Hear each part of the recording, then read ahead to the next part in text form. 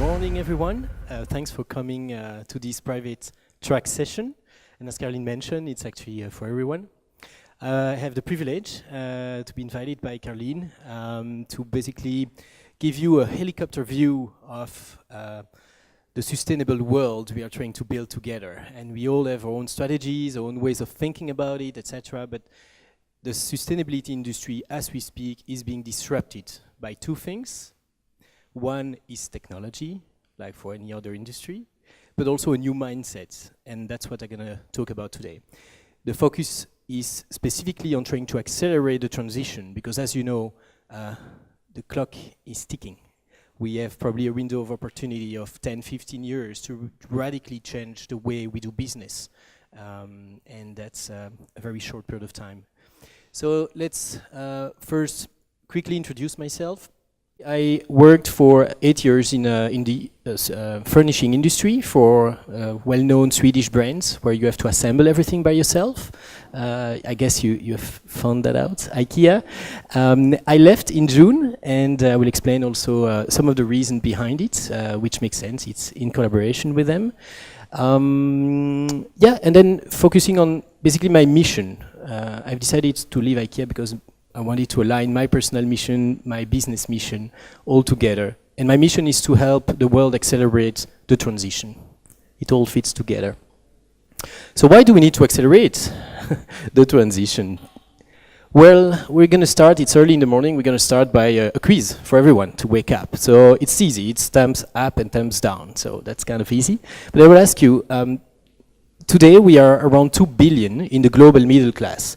Let's say the amount of people who can afford to go to an IKEA store, to make things very, very simple. And how many more billion will join until 2030? So thumbs up for 3 billions and thumbs down for 1 billion. Could you please raise your thumbs? Yeah, some are hesitating or putting their hands down. It's actually 3 billion. So the amount of people who can afford buying things at companies like IKEA and many others will more than double in less than 12 years. The world has never seen a species exploding like that. And not in terms of absolute amount of people, but in terms of people who can actually, who are using a lot of resources. Today with only 2 billion, we use 1.7 planets. And I'm sure I don't need to explain that to you. I mean, you know these topics probably pretty well already.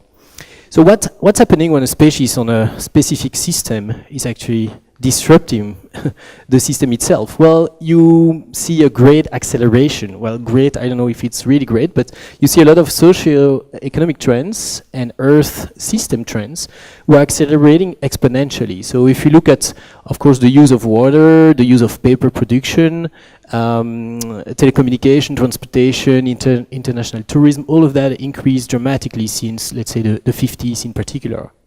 And when it comes to the Earth system, of course, the carbon footprint is growing fast, but the coastal nitrogen, the tropical forest loss, and so forth and so forth. You're going to get access to the story map link afterwards, so if you want to dig deeper into this. Why is it important, and why is it a problem that everything accelerates so fast? Well, this thin layer that you see there is actually what we call home. And this is our only home today. And you have people like Elon Musk who are actually working on having multiple homes in the future, but we are not yet there. And this thin layer is like the thickness of an apple. So next time you eat an apple, think that you actually live on this very thin layer on top. So it's not that big, actually. And we use it as an open sower, as you know, putting a lot of waste up there and in the Earth's crust. So the United Nations and many stakeholders came up, as you all know, of course, with the Sustainable Development Goals, which is finally a common way, I would say, for everyone to approach, their higher purpose for the company, to strategize around it and to report for the general public around this. It's really great. So at the former company I worked for, IKEA, we looked at, we had sustainability report for many, many years, and then we looked at, okay, where do we actually fit? Where our business fits today and where our business will fit in the future regarding all of this. So let's try to collaborate with the other companies and stakeholders who are also trying to focus on one in particular. a lot of people talk about the SDGs. Not a lot of people talk about what's behind and the size of the challenge. It's quite challenging. So if you look, I think I even have a pointer here. You have a scale, the ecological footprint per person, and then the human development index. So the higher on the right you are, the higher development you have, like Norway, United Kingdom, the Netherlands, etc.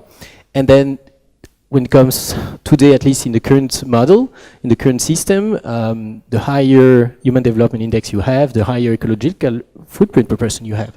So the challenge is actually to have, the human development index of Norway, roughly here, with the ecological footprint of countries like Madagascar or Nigeria or Sierra Leone. So I leave you with that. It's a big challenge that no one talk about really, about how to accelerate the transition as fast to get there fast. Next quiz, because again it's still early. What is the global percentage of all the materials that are recycled and reused by the global economy today? Thumbs up, thumbs down. Yeah. No thumbs. Yes, you're totally right. It's only 7%. So the rest is wasted. Next one, CO2 concentrations have increased by how much since pre-industrial times? Last quiz, thumbs up, thumbs down. You're all mostly right. Yeah, very good. That's also a way for me to actually assess the understanding of the challenge for me. All right, so this is the CO2 emissions since the beginning of CO2 emission by humans. And you can see that even though in Europe it's spread out, if we had one bubble, it would be comparable to the US and China. And that was a way for me to also use a map in the story map. Finally, someone said 2 years ago, in the West we have probably hit peak stuff. We talk about peak oil, and everyone has heard about peak oil. I'd say we've hit peak sugar, peak red meat, peak stuff, peak furniture. Who said that? That's more difficult. Thumbs up for the head of sustainability at IKEA, and thumbs down for the CEO of Greenpeace. You're mostly right. It's actually the head of sustainability at IKEA. He even said, working for the biggest furniture company on earth, he said, well, we probably have hit peak furniture, at least in some markets. And this is the source, if you don't believe me. And then I can move into what I did within IKEA. And a little bit of my story here is a general story, at least in the mindset that every people working for sustainability or sustainable development in an NGO or a private company will actually go through. When I entered IKEA, there wasn't even a map with the IKEA stores. They had already 200 stores, but no one had actually mapped them. So that was the first job. I'm a geographer, so I enjoyed that. So it was time to use a little bit of tech, right? GIS in this case, or Google Maps, I think I used, and a little bit of tech to unleash the power of location or location intelligence. I got the great opportunity to work on the IKEA catalog production. The IKEA catalog is, most of you probably know, it's the world's biggest annual print run. It's 200 million copies every year, 324 pages. And when I entered there, I was like, okay, let's have this one FSC certified. I mean, that's kind of the basic we can actually do. And everyone told me, well, you're crazy. I mean, this is the world's biggest annual print run. It's impossible. You've put a 3-year strategy plan, but in 3 years, it's impossible. There is not even enough FSC paper available for the type of product you have. And like, okay, I understand that, but let's use a bit of tech to do that. We actually achieved 100% in 2 years, and the cost has not risen. Why? Because tech can help you take better decisions faster. And that's, you will understand, this is really what my presentation is about. On top of that, we reduced by 30% the entire carbon footprint of the catalog from forest to print plant in 3 years. So it's possible to have multiple goals, like quite ambitious goals, using a bit of tech. How did we do that? Okay, I give you a little bit of the background. We used to do this kind of Excel sheets, gathering data from the forest, pulp production, transport, paper production, transport, printing. So we had relation with printers and paper producers. So for them, the only way to enter the RFQ, the request for quotation process, was to fill in all our social and environmental data. So everyone who wanted to get into a business with the production of the IKEA catalog had to go through this process of sending us all this data, and for paper suppliers, gathering the data from the forest and pulp production. And then with all this data, we packaged it in different ways for different stakeholders. One was for buyers, you know, in a buyer-supplier relation, when you empower with a lot of data that are monkey-proofed, like in dashboard that is monkey-proof. No offense for buyers, if there is any buyer in the room. But it's very easy to understand. You have the red ones and the green ones in different KPIs, that's it. And then you can compare all your suppliers in one thing, and you can actually see and discuss with the supplier, oh, I can see you have a red there. I'm sorry, but your volume will be lower this year. That's how easy it is at the end. And then with the same amount of data, we packaged it in different ways for different stakeholders. For everyone within IKEA, at some point, they had access to the real story of the printed catalog. Why is it important to be FSC certified? And then also a dashboard with all environmental KPIs gathered at the product level for everyone, full transparency internally. I was also responsible for the digital version of the catalog, and that was the only question that I was asked the most during these 4 years in that team. Is actually the digital catalog on your as an app more sustainable than the printed version? The answer is it's impossible to calculate today. You can do a lot of LCAs that prove one or the opposite. So depending on what I wanted to say, I could have said one or the other. And I'm a scientific person, so I didn't want to get there. And but I realized that the sustainability of the digital world is not as advanced as the sustainability of the print world, as an example. So it's not that simple. It's just that you outsource all your impact somewhere else. And if you want to know more, I'm happy to explain more. What I basically realized working on such a product, but you can work on any of your product as well, is that 80% of the environmental impact of a product is locked in at the design phase. So if you have to get out of this room with one message, remember this one. 80% of the product is locked in at the design phase. And it's true for products, it's also true for business. And I will talk about business design. When you design your business, or your business has been designed like in a different paradigm, let's say more than 5 years ago, because the paradigm is shifting nearly every 5 years nowadays. If your business has been designed so long, or more than 5 years, you need to redesign or rethink how to design your business to actually take externalities into account. Otherwise, you lock in environmental impact that maybe you don't have to lock in your business design. And this is a little bit my journey. So I understood that I didn't want to do things less bad, like reducing by 30% the carbon footprint is pretty good, but still, to get to minus 80% without changing the design, it was impossible to get there. I wanted to do things right from the start in a way, and therefore I looked into the circular economy for IKEA. I was one of the former circular economy leader. Has everyone heard about the circular economy? Yes? Pretty much? Okay. Still, I'm sure you're going to learn something today. The circular economy, everyone mentioned, usually it's using waste as a resource. So your waste for your own product, or waste from other industries for other industries. And it's one aspect, one out of 7 aspects of the circular economy. The most important is to, in the business design, to find ways to decouple the financial growth of a company, of a family, of a city or country, to decouple the financial growth from the resource that entity uses. And that's a way to decouple the environmental impact. Again, if it's not clear, come back to me. I'm happy to explain it a bit more. To make sense of the circular economy, it's quite overwhelming because the circular economy requires for you to think radically different and not just incrementally. Use waste as a resource is one out of 7 aspects, and there are others. And usually companies, the companies I work for, work on these 4. And they tend to forget the most disruptive, but also the best opportunities of the circular economy to rethink and redesign your business to avoid locking in 80% of the environmental impact. And it's to rethink the business model, is to incorporate digital technology and other aspects. Some have heard about the circular economy, some have heard about the on-demand economy, some have heard about the access economy, the peer-to-peer economy.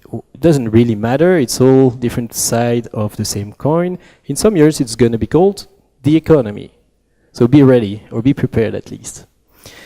And to to be prepared, the most important, again, is to design the business. It's not about just innovating with new products. It's not about innovating with new services, even though it would be a nice step in the right direction. It's about redesigning everything, the business itself, and that's called radical innovation. The problem is, if you work in a company more than, let's say, 50 people, which is, I guess, the case for everyone, company or institution, like I did, your company is set up to execute, to forecast, and to plan. And what I'm talking about, to accelerate the transition, the only way to get there as fast as possible is actually to go in search mode and to go back to the lab and learn, but without the challenges of reporting or giving back a lot of things before you even know where you are going. So basically being in a startup mode. And that can be done close to a company. Which type of mindset is important when you get into the search mode to design a circular business model, it's called, so the way you make money, is to think, well, you have the linear economy, okay, you produce something, boom, waste for everyone at the end, in this thin layer, if you remember. And then some say the recycling economy, and that's how IKEA started, the circular economy journey, which is very, very important to get there and be very ambitious, but still you lose a lot of value at the end. And then the circular economy, the idea is to keep as much value as possible in the system for as long as possible. It sounds overwhelming, but it's actually pretty easy. In just 3 hours, in a workshop or whatever else, you can do by yourself. You can freely download this business model canvas online, so there is no selling here, just to be clear. The idea is that you need to map your externalities. And some have done it in certain ways, but this is a business model canvas. The idea is to map your entire business, even your entire value chain, in an A4 paper or A3 paper. And that's what is used in a startup environment, the business model canvas. If you don't know it, it's kind of the base of your startup at the beginning. So you map in the different boxes your key activities, your partners, your USP, unique value proposition, your customer, etc., etc. You map all of that. That's the normal things. Your revenues and cost for each of these 4 different types. And the additional thing, and the key to the circular economy and to design the right thing, is to map your positive and negative externalities. We did the work for the former company I worked for, so you can have a look afterwards. Don't have time, unfortunately, to go into it, but you have all shop at IKEA, I guess, so you will quickly understand and easily understand and adapt to your own businesses or institutions. All right. You remember one of my first slides with the great acceleration. We live in an exponential era, and we have a problem because our human brains didn't get an upgrade for the last 200,000 years. We think linearly and local, while the problem are global and they explode exponentially, I could say, or they grow exponentially. And when it comes to comparing human performance, linear human performance, and let's say the computer, to put it simple, but the tech world, the exponential tech world, we are just here. So computers are getting smarter, and they will definitely, in the next 5 to 10 years, some say even earlier, but let's say 5 to 10 years, the computer performance will overcome one human brain easily. And then a couple of years later, because it's exponential, will overcome or will be above the intelligence of all human brains together. And I'm saying that as an introduction to a small 2 minutes video, because I could talk about AI, deep learning, and everything. Accelerating faster than we expected. But these are the popes. I remember sitting around the table there with some of the best and the smartest minds in the world. And what really struck me was maybe the human brain is not able to fully grasp the complexity of the world that we're confronted with. Google acquired DeepMind several years ago. The thing that makes DeepMind unique is that DeepMind is absolutely focused on creating digital superintelligence, an AI that is vastly smarter than any human on Earth and ultimately smarter than all humans on Earth combined. This is from the DeepMind reinforcement learning system. Basically wakes up like a newborn baby and is shown the screen of an Atari video game and then has to learn to play the video game. It knows nothing about objects, about motion, about time. It only knows that there's an image on the screen and there's a score. So if your baby woke up the day it was born and by late afternoon was playing 40 different Atari video games at a superhuman level, you would be terrified. You would say, my baby is possessed, send it back. I mean, the DeepMind system can win at any game. It can already beat all the original Atari games. It is superhuman. It plays the games at super speed in less than a minute.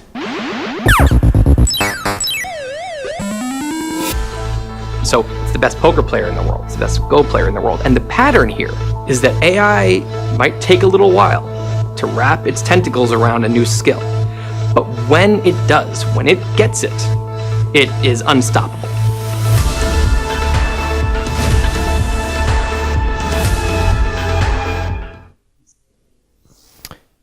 So the business model canvas is actually like a game. You design your linear business model, your current business model, the way you make money, your value chain, and then you map the externalities that some of you have not mapped yet. And then you actually, in a serious game, in 3 hours, you can play with additional cards to help your value chain design potential futures, potential scenarios for your company to enter the circular economy. And these are humans who will play it at first. But what I encourage you is to actually have, or develop, like we heard from Digital Globe yesterday, develop your own AI game, your deep learning game. It's available to more and more people. Technology is getting cheaper and cheaper. So my question, I will end with that. Which GIS or Geo game will your AI play? Think about that during the day. And I didn't mention the different people we're going to hear about today, but they're going to deep dive into the wise use of resources, the business continuity, avoiding risks in your supply chain, etc. And it was kind of in the story as well, but yeah, this is where we are. So I end with this. Which GS game will your AI play? Thank you very much.